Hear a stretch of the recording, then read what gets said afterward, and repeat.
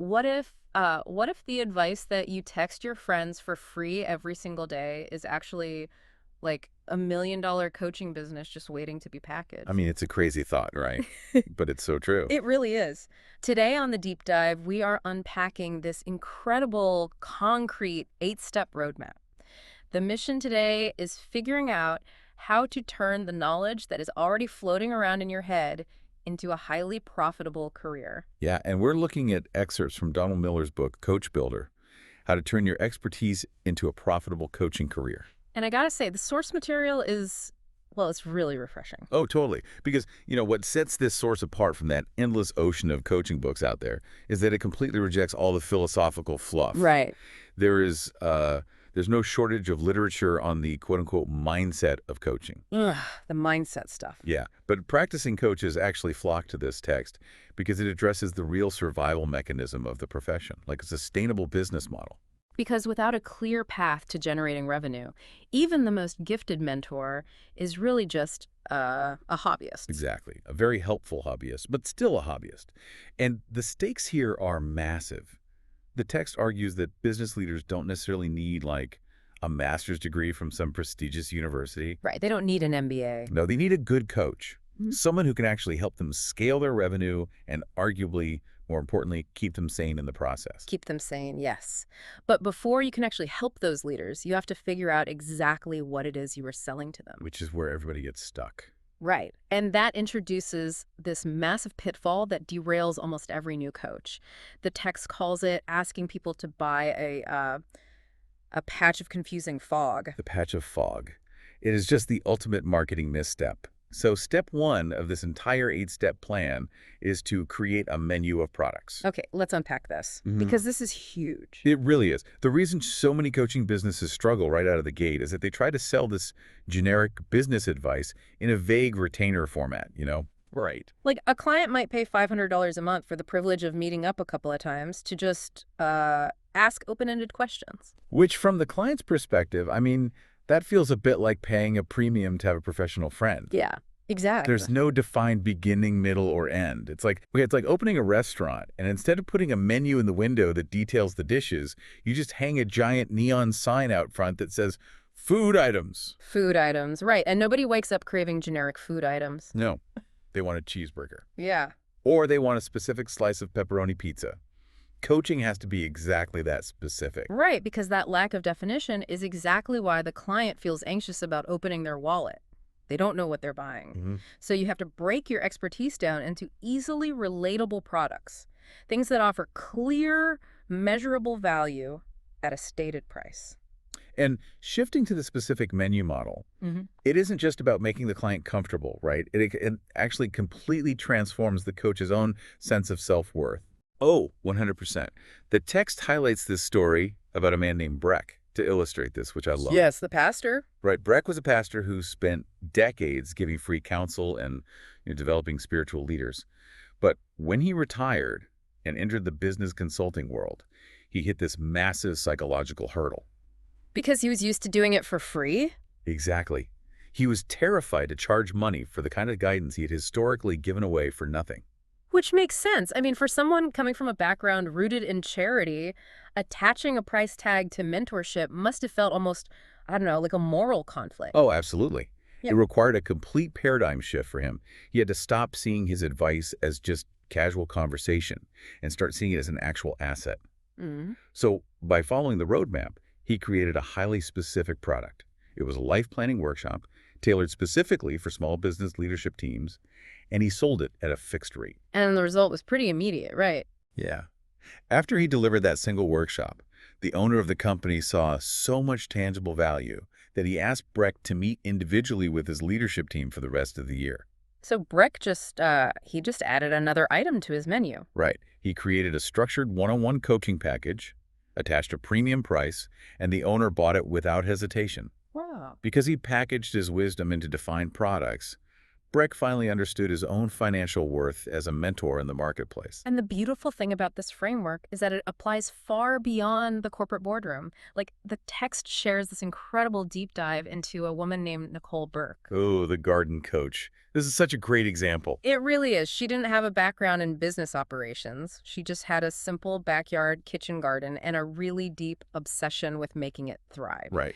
So she started doing what we all do when we love something, Okay. She gave her friends free advice on where to place their gardens, what seeds to plant, how to water them. Until a massive school tuition bill arrived for one of her kids. Yes, which forced her to figure out how to monetize this hobby. And, necessity forces innovation. hmm But the way she innovated is just a total masterclass in menu building. She started really small. She didn't launch a massive agency right away. No. She offered a simple $25 an hour consulting fee just to help people design their kitchen gardens. But she quickly hit a ceiling with that, right? I mean, Well, $25 an hour is not going to cover a big tuition bill. not at all.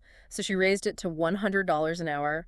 But even then, there are only so many hours in a day. You can't really scale if you are purely trading your physical time for dollars. Which is the classic trap of the solopreneur. Yeah.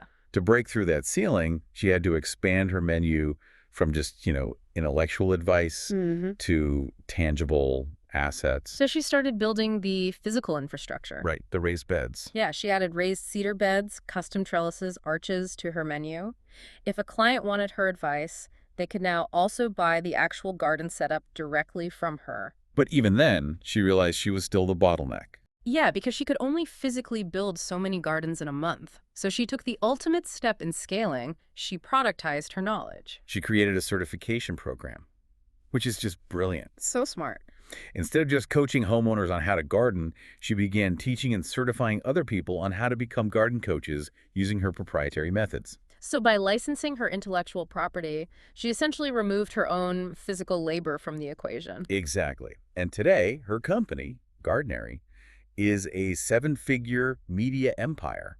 I mean, she writes books, she's featured on national television. She transitioned from a neighborhood hobbyist giving free advice to a recognized thought leader entirely because she ruthlessly defined her menu of products and scaled her delivery mechanism. Yeah, she built the menu. Okay, so you define the menu. You map out your 6-month flagship small group, or perhaps your fractional COO services, which, just for anyone unfamiliar, is essentially acting as a part-time chief operating officer for a small business that desperately needs leadership but can't afford a full-time executive. Right, a high-ticket item. Exactly. You have these high-ticket items ready to go. The friction here, though, is that you can't just walk up to a complete stranger, hand them a menu, and say, "Hi, nice to meet you. That will be $10,000." Yeah, no, that jump from a cold introduction to a high-ticket purchase is way too wide. Right. Deciding to work with a coach requires a sequence of baby steps. hmm The client really needs to experience your competence before they'll trust you with a significant investment. hmm And this is the whole purpose of step 2, building a product funnel. It maps out the psychological journey of the client, gently guiding them from a low-risk interaction to a high-value commitment. So how does that actually map out in the real world? Like, what does that look like? Well, you start by offering an entry-level product. This is a short, highly focused session, always strictly under 90 minutes, that solves one acute pressing problem for the client. Okay. It needs a specific name and a fixed price. Depending on your strategy, that price could be free, as a lead generator, or it could range up to maybe $500 just to filter out uncommitted prospects. The source material actually offers some brilliant templates for these entry products. Things like the one-page hiring plan, where you sit down and help a chaotic founder systematically design their next 5 hires. Right, very specific. Or the mission statement overhaul, cutting through all the corporate jargon to create a statement that actually aligns their team. Or the tax exposure checklist. Yeah. These aren't just vague brainstorming sessions, they are highly targeted interventions. And the underlying mechanism that makes these interventions work as a funnel is the assessment strategy. Right, the assessment. Yeah, you have a potential client take a 20-minute online assessment before you even meet. Then, when they arrive for that 90-minute session, you review the results together. It's kind of like an architectural blueprint. Exactly like that. You aren't just walking into their house and pointing out a leaky roof. You are laying out a schematic showing them that, hey, the foundation is cracked, the load-bearing walls are stressed, and the plumbing is outdated. So the assessment generates this very tangible problem list. A profoundly valuable problem list.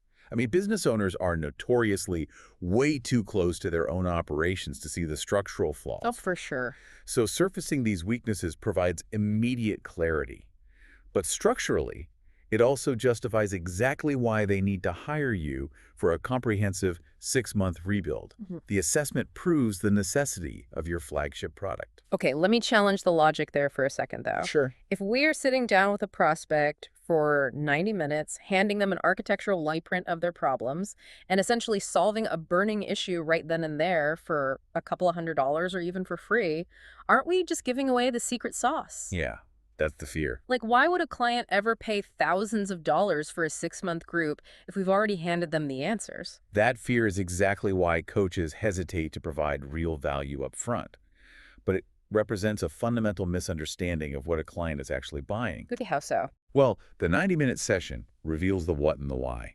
It diagnoses the illness and it writes the prescription. But the 6-month small group, that is the supervised how. Oh, I see. It is the physical therapy. It is the ongoing installation of the systems, the troubleshooting when things inevitably go wrong, the accountability to ensure they actually do the work, Mm-hmm. and the community support of other business owners facing the same hurdles. So knowledge is cheap, but execution and accountability are what actually command a premium. Precisely. Handing someone a gym routine doesn't make them fit. Right. They pay the personal trainer to ensure they actually show up and lift the weights correctly. The text highlights a coach named Jessica Miller, who really weaponized this exact concept. Oh, yeah, during the pandemic. Right. Prior to the pandemic, she was selling general one-on-one business coaching to female entrepreneurs. But when 2020 hit, the market was suddenly just flooded with generalists trying to move their businesses online. General coaching became a commodity. She had to specialize to survive. She did. She shifted to a highly specific suite of products centered around a concept she called her Hell Yes offer. Love that name. It's great. And she built a really rigid funnel. It started with a free podcast, Mm-hmm. which is the ultimate low-risk entry point. Right? That fed into a mid-tier 6-month mastermind group.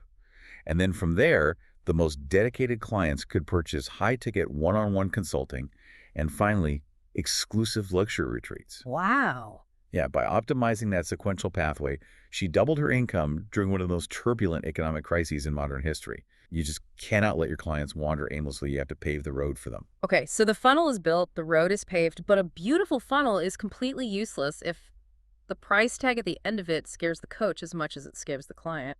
Which it usually does. Right. Figuring out how to calculate what that flagship group is actually worth seems to be the most uncomfortable hurdle in this entire process. It requires untangling a lot of emotional baggage around money. The text establishes a very cold, pragmatic philosophy to cut through that emotion. Business coaching is a financial investment meant to yield a financial return. You are not running a charity. No, you are acting as an engine for their corporate growth. So, to calculate what you should charge, the author introduces the 10% rule. The 10% rule. Okay, let's break down how that actually looks in practice. The premise is that you should charge your client under 10% of the financial return they will realistically gain from executing your framework. Exactly. So if you run a sales optimization workshop and that workshop helps a client increase their annual revenue by $100,000, charging them $10,000 for your coaching is not price gouging. Not at all. It is an incredible bargain. It is a 10-to-1 return on investment. I mean, think about it. If a stockbroker offered you a guaranteed 10-to-1 return, you would empty your savings account to invest. You really would. The text actually goes so far as to suggest that coaches can even offer a full refund if the client does not hit that 10x return. Now, see, offering a full refund on a $10,000 coaching package sounds like a recipe for bankruptcy for a new coach. It sounds incredibly risky, yeah, until you examine the underlying mechanism of how a premium coach actually operates. Mm-hmm. You only offer that kind of guarantee because you rigorously qualify the clients you allow into your funnel. Ah, okay. You do not accept desperate founders with failing business models. You only take on clients who already have a solid foundation, a competent team, and the actual operational capacity to scale. That makes sense. Right? If they meet those strict criteria, the risk of offering a refund drops to near zero because your frameworks are proven to work. But, beyond the sheer mathematics of the 10% rule, there's a profound psychological element to pricing that coaches so often ignore. Human beings inherently associate value with price. They really do. And we see it in every consumer market. We do. And the source material shares a brilliant story about Donald Miller himself that perfectly illustrates this quirk of human psychology. the speaking gigs. Yes. Years ago, he was making a solid living traveling the country as a speaker, but he wanted to spend more time at home to start a family. So to reduce his grueling travel schedule, he instructed his team to double his speaking honorarium. The logical assumption being that a massive price hike would alienate event organizers and, drive away business. Which was his exact goal. Yeah. He figured he would book half the gigs, make the exact same amount of money, and get to stay home. Right. But instead, something fascinating happened. His speaking requests actually increased. It's so counterintuitive. It is. By doubling his price, his perceived value in the marketplace skyrocketed. Event organizers looked at the new fee and subconsciously assumed, well, if he commands that kind of premium, he must be the absolute best speaker available. Because people do not respect what they do not pay for. If you drastically reduce your prices to try and win over hesitant clients, you are simultaneously reducing the perceived value of your own expertise. You're signaling a lack of confidence in your own product. Here's where it gets really interesting. It's the equivalent of trying to sell a discount parachute. Oh, that's a great analogy. Right. If you are standing at the open door of an airplane at 10,000 feet and someone offers you a parachute on clearance for $20, you aren't going to celebrate the savings. No, you're going to panic. You are going to assume the stitching is defective. When a business owner's livelihood, their employees' salaries, and their family's mortgage are on the line, the cheapest coaching option actually looks suspicious. That really does. Premium pricing signals safety, competence, and a guarantee of results. Premium pricing establishes authority. And when you combine that premium pricing model with the specific product funnel we outlined earlier, the mathematics of building a highly lucrative business becomes shockingly accessible. I want to spend some time on this because the math here is aggressive, and it's important to see how it actually adds up without burning out the coach. Yep. The text provides a blueprint to reach a run rate of $150,000 in your first 6 months. And just to define that term for anyone outside the startup world, a run rate means if you achieve a certain level of monthly revenue and maintain that exact pace over 12 months, you will hit that annualized number. Right. It projects your annual earnings. So let's walk through the exact numbers required to hit 150 grand. The breakdown is essential because it demystifies the whole process. Okay, so imagine your funnel. Let's say you sell 2 of those 90-minute lead-generating assessment sessions a month at $500 each. Over a year, that's $12,000. Okay, $12,000. Then you funnel those leads into one flagship 6-month small group. You cap it at 20 members, charging $5,000 a head. That single group generates $100,000. Wow. Okay, so we're at $112,000. Add in 3 ongoing one-on-one executive clients at $1,000 a month. That's $36,000. Right. Finally, you host 4 specialized full-day workshops throughout the year at $5,000 a pop, bringing in another $20,000. Add it all up, and you are grossing $168,000 a year. But the revenue isn't even the most staggering part of that equation. No, it's not. It is the time commitment required to physically deliver those services. Yes. If you calculate the actual hours spent face-to-face delivering the coaching hit, the 2 90-minute sessions a month, the weekly small group hours, the 3 one-on-ones, and the 4 full-day workshops, it totals exactly 146 hours for the entire year. 146 hours of delivery time? That's wild. Think about your own schedule right now. If you are currently working a standard 40-hour-a-week corporate job, this model suggests you could do all of your client delivery for the entire year in less than 4 weeks of standard workdays. Less than 4 weeks. You could literally do all of your coaching on Mondays and Tuesdays and have the rest of the week completely open. Now, to be clear, you are spending a significant amount of those open days doing marketing, answering emails, refining your frameworks, and driving leads. Right. You aren't just sitting on a beach sipping margaritas. No. But the actual delivery of the product is highly leveraged. It demonstrates that you aren't just buying yourself another demanding job. You are architecting a scalable asset. But naturally, when people hear those numbers, a psychological barrier goes up. The menu makes sense, the funnel is logical, the math is proven. But the lingering question is always, who am I actually selling this to? Are there really enough clients out there to support this? Right. Where is this massive pool of business owners desperate to hand over $5,000? Well, the target audience is almost incomprehensibly large. In America alone, there are over 30 million small businesses. 30 million. Consider the demographic here. Dentists, florists, junk removal services, freelance graphic designers, custom woodworkers. Right. These individuals started businesses because they were deeply passionate about their specific craft, or they wanted independence. But a vanishingly small percentage of them ever received formal education on the operational mechanics of running a company. They know exactly how to execute a root canal or build a custom cabinet, but they have absolutely no idea how to manage a volatile cash flow or design a hiring pipeline or align a fractured leadership team. Exactly. They are brilliant technicians, but struggling operators. They are in desperate need of the operational frameworks a coach provides. And once you tap into that vast market and refine your funnel, the scaling potential goes far beyond $150,000. Oh, easily. The text actually outlines the mechanics of scaling this solitary model into a $1 million coaching agency. Okay, how does that work? Well, once your own schedule is full, you simply hire 4 freelance coaches. You train them to use your proprietary playbooks and assessments to run their own flagship small groups. But wait, how do you prevent those freelancers from just taking your intellectual property and stealing your clients? By controlling the most difficult part of the business, the marketing funnel. Ah, right. You drive the leads through your established brand and you hand the freelancers paying clients.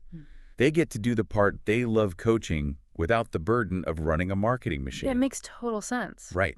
So if each of those 4 coaches grosses $200,000, your agency brings in $800,000. Yeah. You pay them a fair split, and you walk away with a $300,000 profit simply for managing the agency's quality control and driving the lead generation. So what does this all mean? It is basically a blueprint for a true empire. It is. But to build an empire, you have to genuinely believe you are an emperor. You have to overcome the imposter syndrome and step into that identity. And the text offers a pretty sobering reality check on that front.